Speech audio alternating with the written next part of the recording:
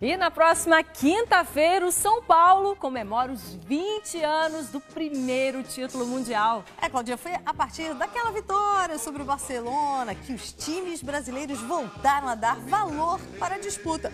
O que nem todos sabem é que, por pouco, essa história não teve um final bem diferente.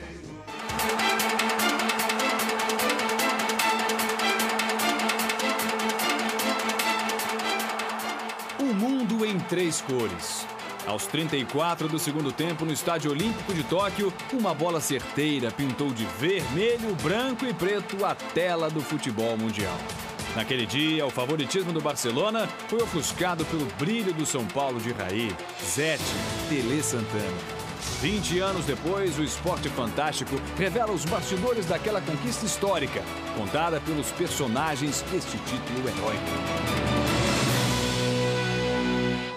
Mas, para conquistar o mundo, primeiro foi preciso conquistar a América. A Libertadores foi uma espécie de passaporte para o São Paulo disputar a competição mais importante de sua história.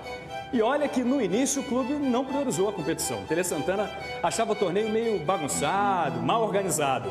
Um erro grave, mas que foi corrigido a tempo.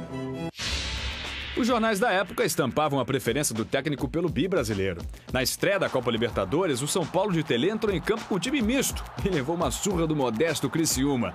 3-0 na Serra Catarinense. O vexame não pegou bem, não. Ele não estava valorizando realmente a Copa Libertadores. Foi um time misto, né? A gente perdeu o jogo lá. O Tele não queria, né, a Libertadores, ele queria focar no Campeonato Brasileiro.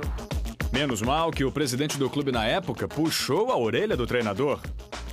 O Tele não tinha simpatia pela Libertadores. Ele tinha uma má lembrança, ele não gostava. Ele dizia, não, isso aí não é sério, não é aquele jeito dele. O Tele teve uma reunião com a diretoria do São Paulo. Ele falou, não, mas eu não... é o que eu acho, tal, que é aquele jeito dele. Eu acho que eu penso, eu falei, mas aqui não tem o que eu acho, né? Aqui nós vamos ter que nos retratar, você vai fazer uma retratação oficial. Tele foi convencido da importância daquela possível conquista inédita. E dentro das 4 linhas, contou com a liderança de um camisa 10.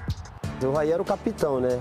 E o capitão, né, tinha que segurar a onda, né? O capitão Raí era o, vamos dizer assim, o mentor dessa máquina, vamos dizer assim, desse time, desse elenco. Eu era o representante do grupo, capitão, líder, mas dependendo do momento, do estilo, do que precisava, o Pintado exercia a liderança, o Ronaldão, o Zete, né, tinha uma ascensão grande sobre o grupo.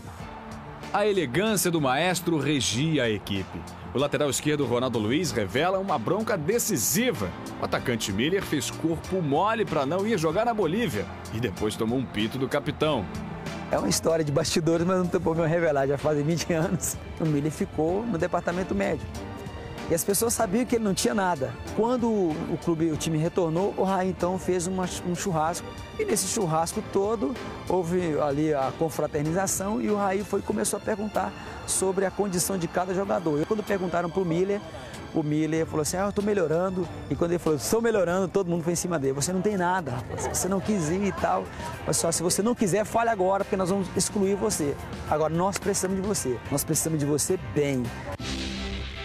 A bronca teve efeito em todo o grupo. O time passava de cada fase com tranquilidade, vitórias dentro e fora de casa. E a motivação ganhou a força dos São Paulinos que lotavam o Morumbi. Na final, 105 mil torcedores se emocionaram com a vitória de 1-0 no tempo normal e o triunfo nos pênaltis contra os argentinos do Newell's Old Boys.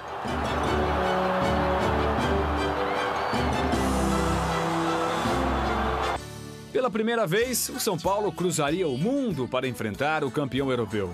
O Barcelona virou uma obsessão para o grupo.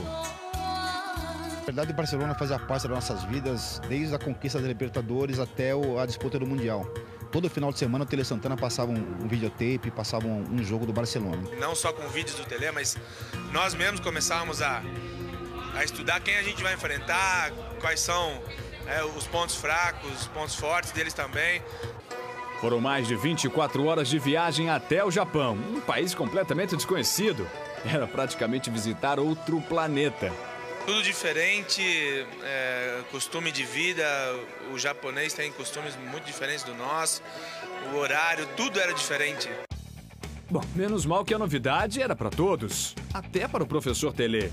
E antes do embarque, ele deu uma aula, mostrando que a classe da humildade está reservada para os grandes.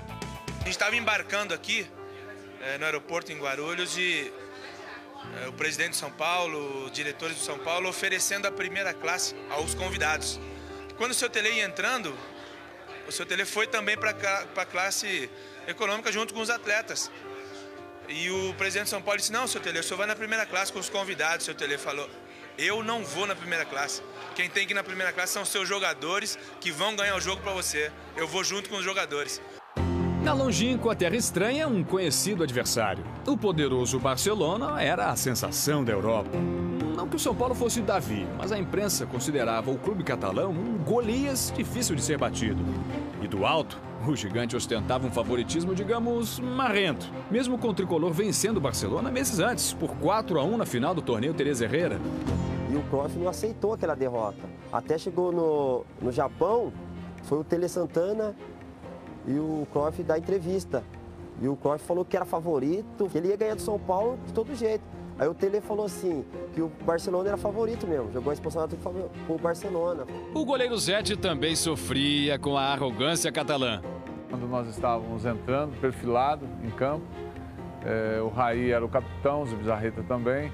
E no momento que o Raí cumprimentou, eu estava atrás dele, eu estendi a mão para cumprimentar, ele meio que ignorou, né? Então eu fiquei com a mão no ar ali, no vácuo. Falei, tudo bem, dentro de campo a gente dá o troco, né? Dentro de campo, a tensão da partida tinha trilha sonora nervosa de buzinas estridentes. Com a bola rolando, o búlgaro Stoichkov, habilidoso e falastrão, calou os São Paulinos com um golaço. Zete nem viu onde a bola entrou, mas ele ainda haveria entrar novamente naquele ângulo exato. Antes, era preciso intimidar o talento Barcelona. Nós dividimos por setor. O Laudrup jogava mais no meu setor, o Stoichkov do lado do Ronaldão. O Miller vai me dar um toque, mas pô, precisando dar uma chegada, porque se deixar o Stoichkov jogar, ele vai tomar conta do jogo. Deixa comigo que eu pego o Stoichkov, chego nele, vou fazer ele sumir. Aí aconteceu aquela jogada na lateral, que eu dei uma dividida forte com ele. Só que ali foi bola, foi jogador, né? Quase que vai o bandeirinha também. A partir daquele momento, o Stoichkov parou de procurar o Ronaldo, né? Acabou sumindo da partida. Cada enxadada do Ronaldo é uma minhoca que sai, cara, da terra, porque o homem chega. Aquele fato fez o São Paulo dar uma virada de 180 graus. Começou a jogar com mais afinco, porque se nós já estávamos perdendo, não tinha tempo para ficar lamentando um gol sofrido. Nós tínhamos que partir para o empate, para o ataque, para poder empatar e virar a partida, e foi justamente isso. Logo depois, Miller rabiscou o lateral Ferrer e cruzou para Raí empatar.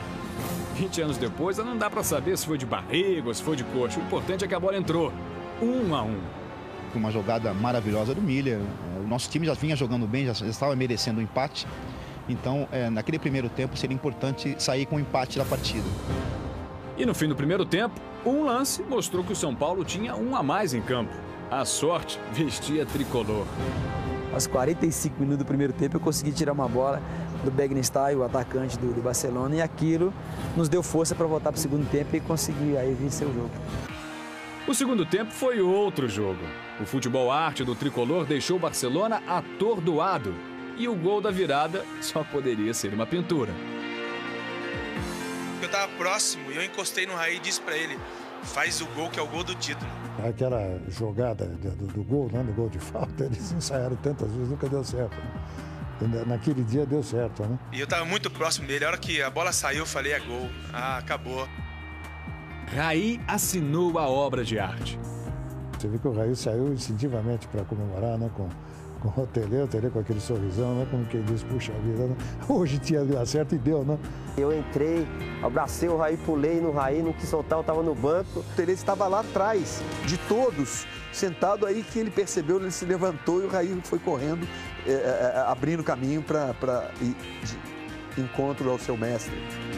Depois foi só esperar o árbitro apitar o final da partida. Tele alcançou a redenção e finalmente deixou de ser chamado de pé frio. Que ele nunca foi pé frio. Ele ganhou e perdeu muitas competições. Acredito que nenhum treinador tenha ganhado mais do que ele. O mundo era tricolor. As manchetes, bem diferentes daquelas no início do caminho.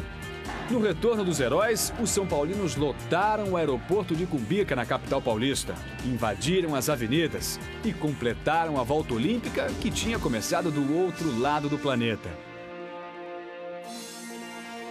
Eu não estava acreditando, né? São Paulo tem uma comemoração um pouco mais diferente dos outros, né? Comemora com champanhe. Quem sentiu o sabor daquilo jamais vai esquecer.